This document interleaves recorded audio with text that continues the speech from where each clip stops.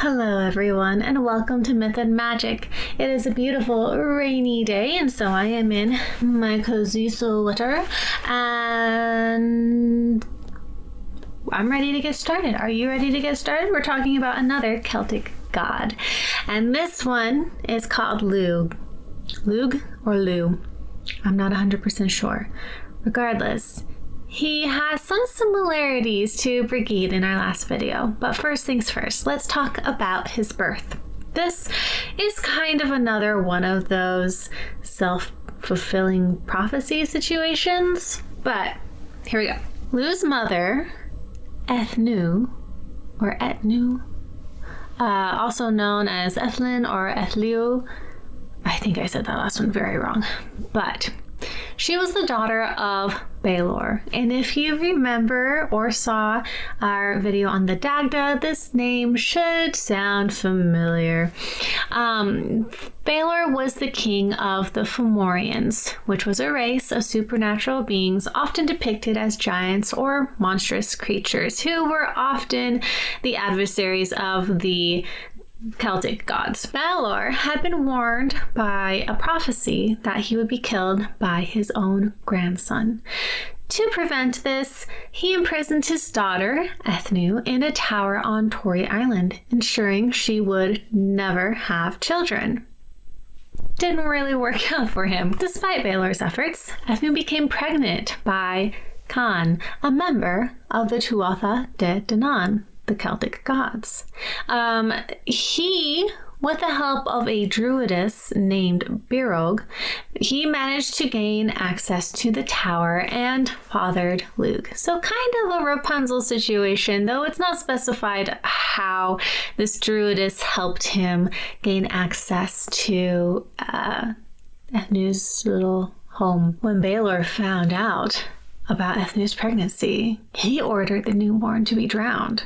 Sounds a little bit like Hera's son, the one of the forge, whose name escapes me, but she threw him in the water because she was ashamed of how he looked. But Balor was feared of Lugh destroying him, so he ordered him to be drowned. Birog intervened and saved the child, taking him to be raised by his foster parents, Tailchu and Ilchad. Again, I'm trying my best, but they were in the land of the Tuatha Dé Danann. Now, Lugh was raised in secret, away from the reach of his grandfather Balor. He grew up to be a skilled warrior, craftsman, and leader, embodying the qualities of both his Tuatha Dé Danann and Fomorian heritage. His upbringing was marked by a sense of destiny and purpose, as he was aware of the prophecy that foretold his role in the downfall of Balor. And one has to wonder that had Balor been a benevolent grandfather and had him raised in his own society and culture, that Lugh would want to even fulfill this prophecy.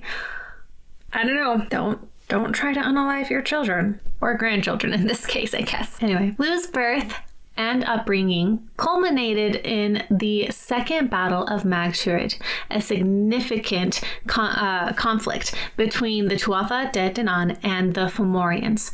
During this battle, Lugh fulfilled the prophecy by unaliving his grandfather Balor with a sling stone, striking him in his single powerful eye. So I believe that Balor was a cyclops of sorts.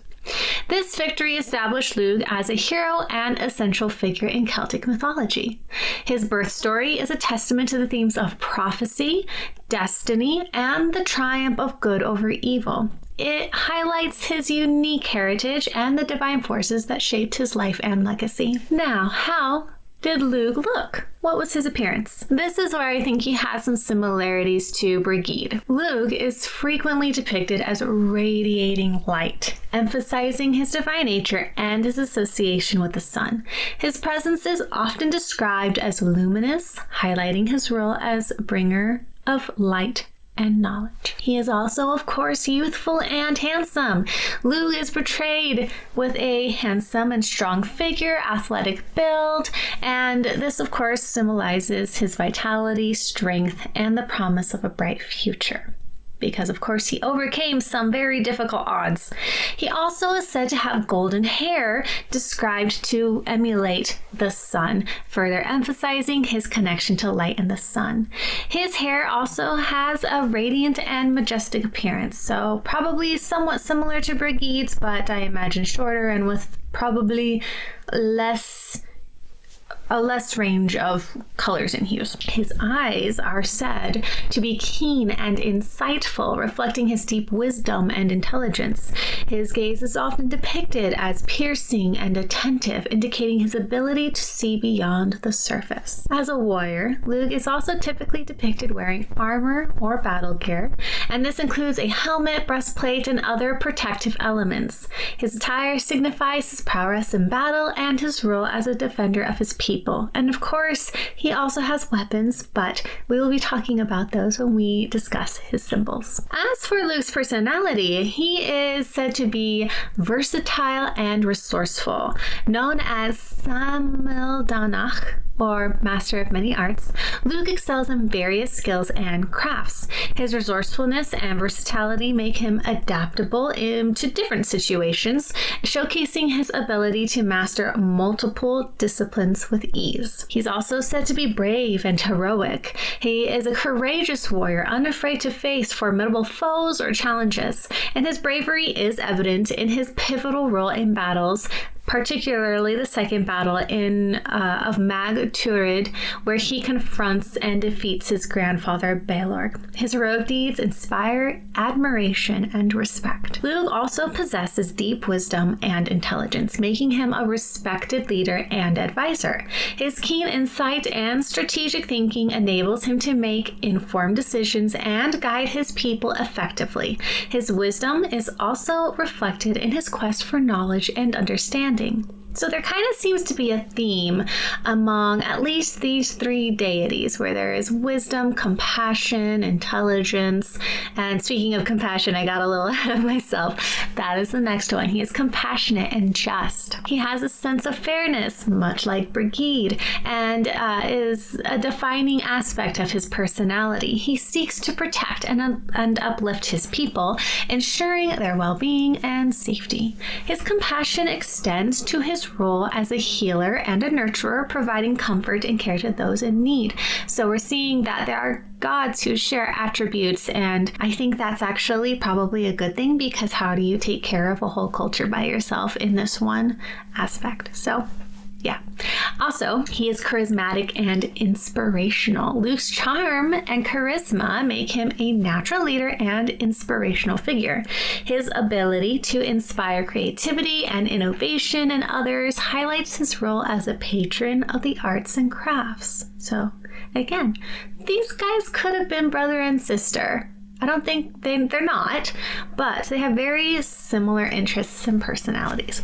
People are drawn to his radiant presence and magnetic personality, which now leads to the next one. He's determined and tenacious. Lugh's determination and tenacity drive him to overcome obstacles and achieve his goals.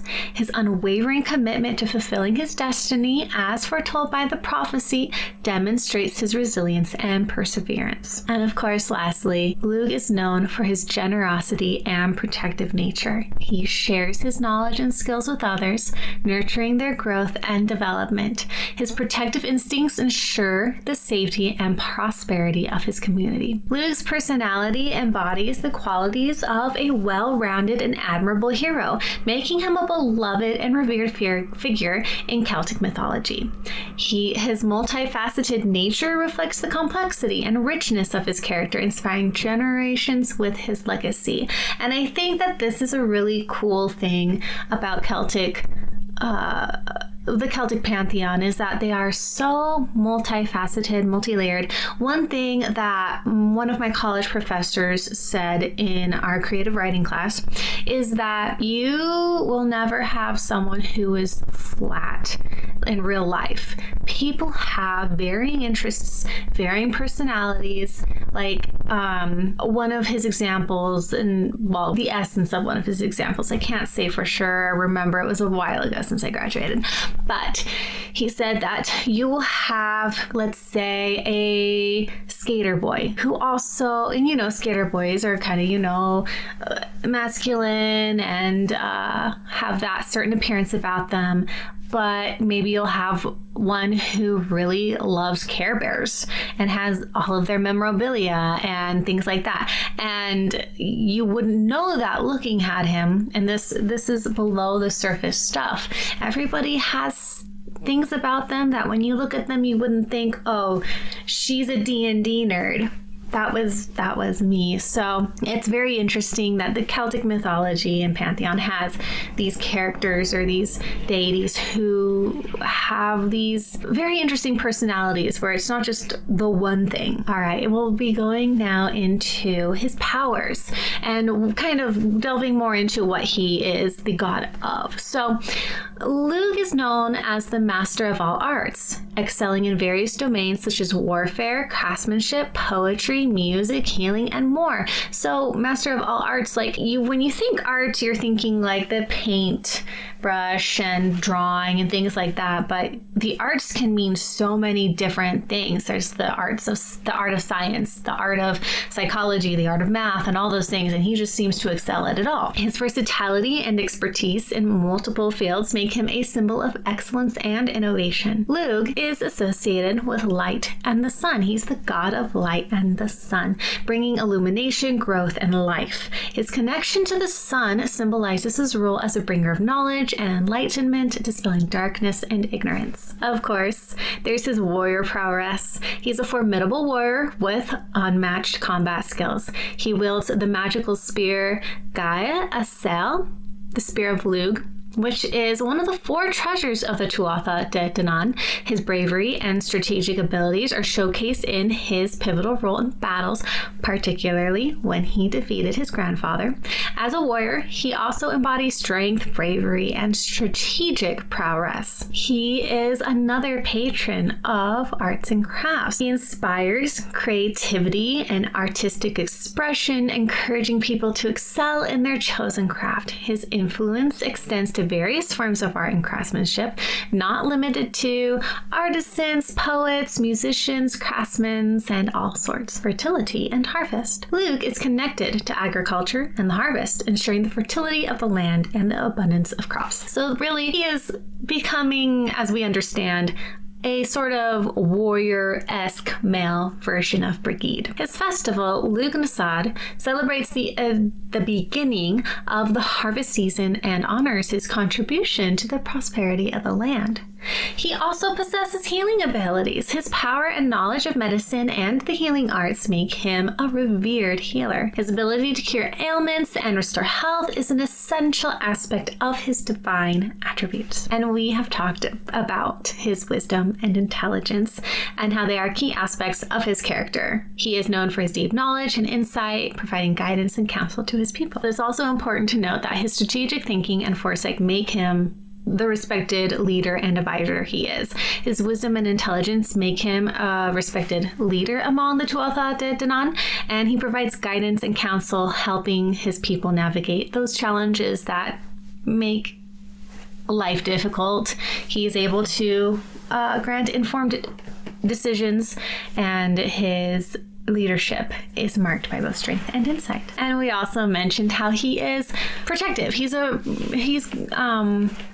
He acts as a protector and a guardian of his people, ensuring their safety and well-being, and his protective nature extends to both the physical and the spiritual realms, offering a sense of security and stability to his followers. So it's kind of this theme among the Celts of needing someone who is protective, who guards them, who heals them, and who is kind and compassionate towards them. And I wonder if that is kind of reflective of either a need or a desire to emulate certain characteristics. Now, as for his symbols, we did mention the Spear of Lugh, and this is a magical spear and is one of the 4 treasures of the Tuatha Dé Danann, as I mentioned before, and it is a symbol of Lugh's warrior prowess and his skill in combat. The spear is said to be unstoppable once thrown and always return to Lugh's hand. Of course, we have sun and light. He is the god of these things, and so he is closely associated with both, symbolizing his role of illumination, knowledge, and growth. And the sun is often depicted as a symbol of his radiant presence and divine nature. We also have the sling, and this is again what he used to unalive his grandfather. It's one of his weapons, and it helped fulfill a prophecy against his grandfather, and also secured the victory of the Tuatha Dé Danann in that battle. Another symbol of Lugh's is the wheel, which is connected to the cycles of life, seasons, and time. It represents his role as a guardian of the natural order and the changing seasons, particularly his association with the festival of Lughnasadh. And of course, the harvest. Lugh is associated with fertility in the harvest, and symbols of crops, grains, and agricultural abundance are often linked to him. His festival, it celebrates the beginning of the harvest season, and it's probably a good time. Now, in visual kind of depictions of Lugh, you of course have his youthful, radiant appearance, warrior attire, and then him holding his spear. But he also has some depictions in which he is shown engaging in various crafts and skills, such as blacksmithing, poetry, and music. And then in other things, he is also depicted as having animals around him, like horses, eagles, and hounds. And this is all his connection to nature and the cycles of life.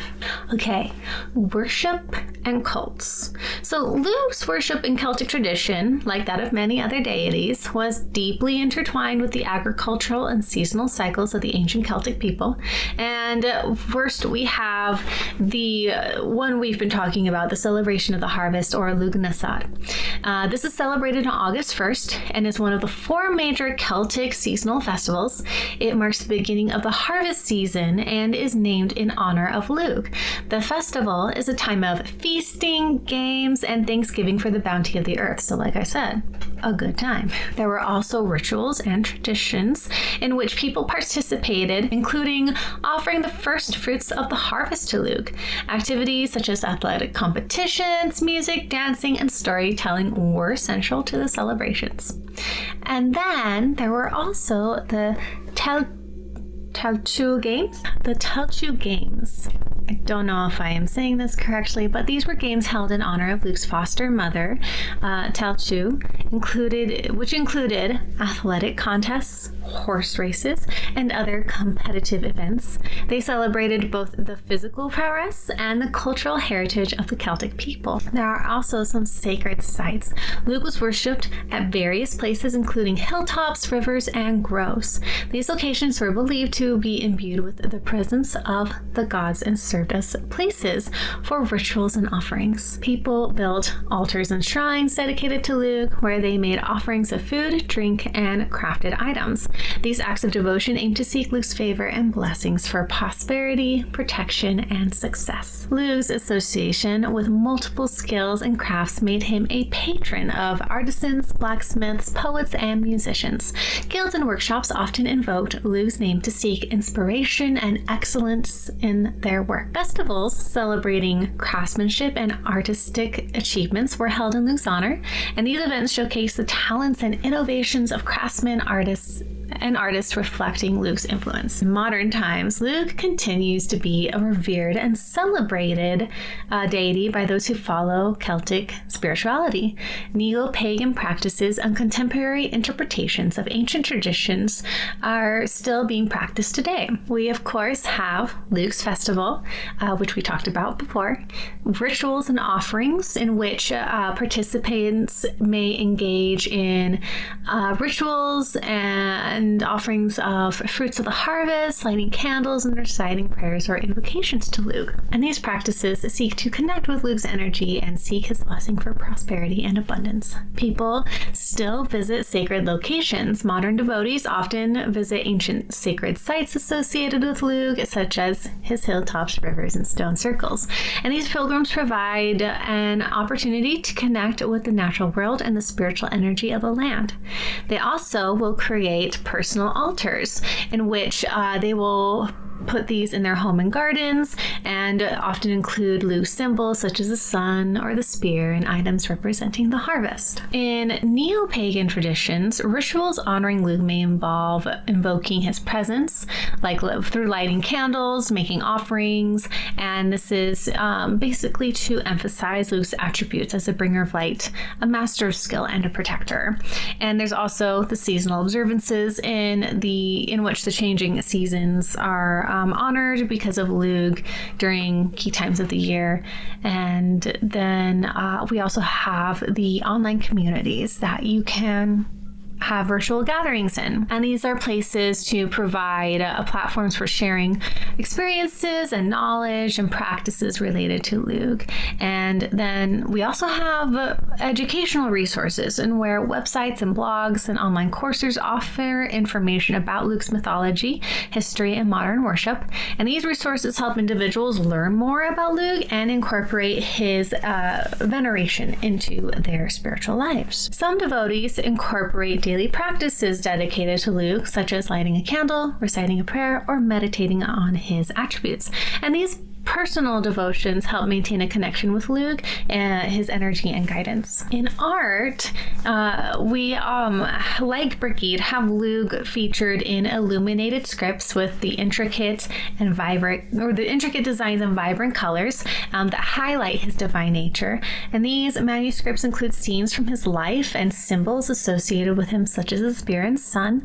And of course, we have the stone carvings, where Lugh has been depicted in monuments, particularly in Ireland, and these carvings often include symbols of his warrior prowess and his connection to light and the harvest. In modern interpretations, you have paintings and illustrations, sculptures, and there's also metalwork. As a patron of smithcraft, Lugh is honored through metalwork, including jewelry and decorative items. And these pieces, again, often feature Celtic knots and other symbolic designs.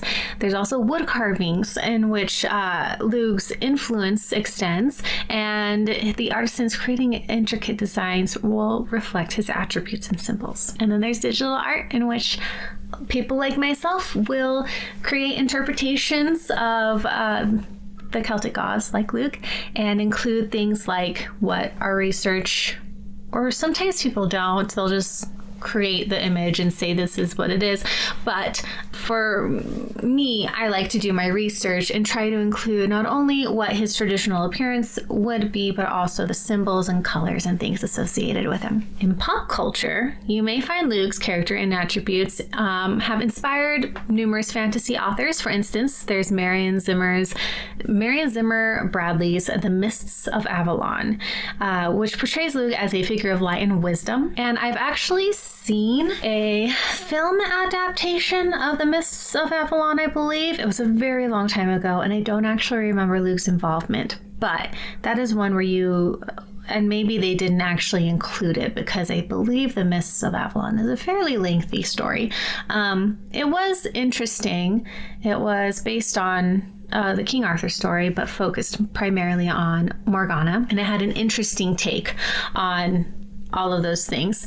Not necessarily traditional from the original creation of their stories, but a different take. That's it. I think it was good, but a little lengthy, and not necessarily one that I feel the desire to watch more than the one time.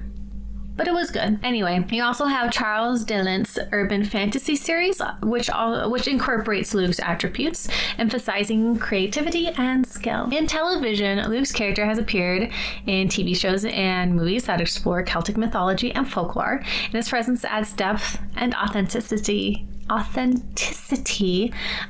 because he's a part of that world and culture. And of course, if you have him there, yeah, makes a little more sense. In music, bands have referenced Lugh in their lyrics and album themes, and of course they celebrate his creativity and the inspiration that he invokes. We've talked about modern art, how contemporary artists continue to depict Lugh in various forms.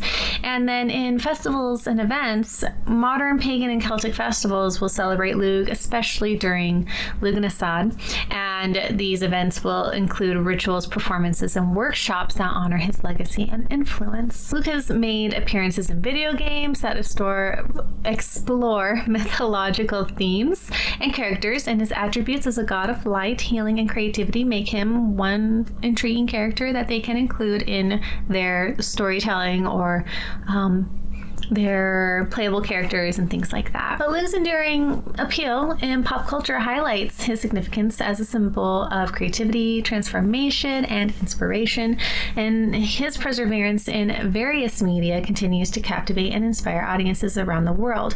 Unfortunately, we didn't talk about this in Brigide's video or the Dagda's, or maybe I mentioned it, I don't know, but Celtic mythology or mythological pantheon individuals aren't nearly as popular as like Greeks, the Vikings, maybe Egyptian gods and things like that. So they may not be a primary influence or subject for pop culture.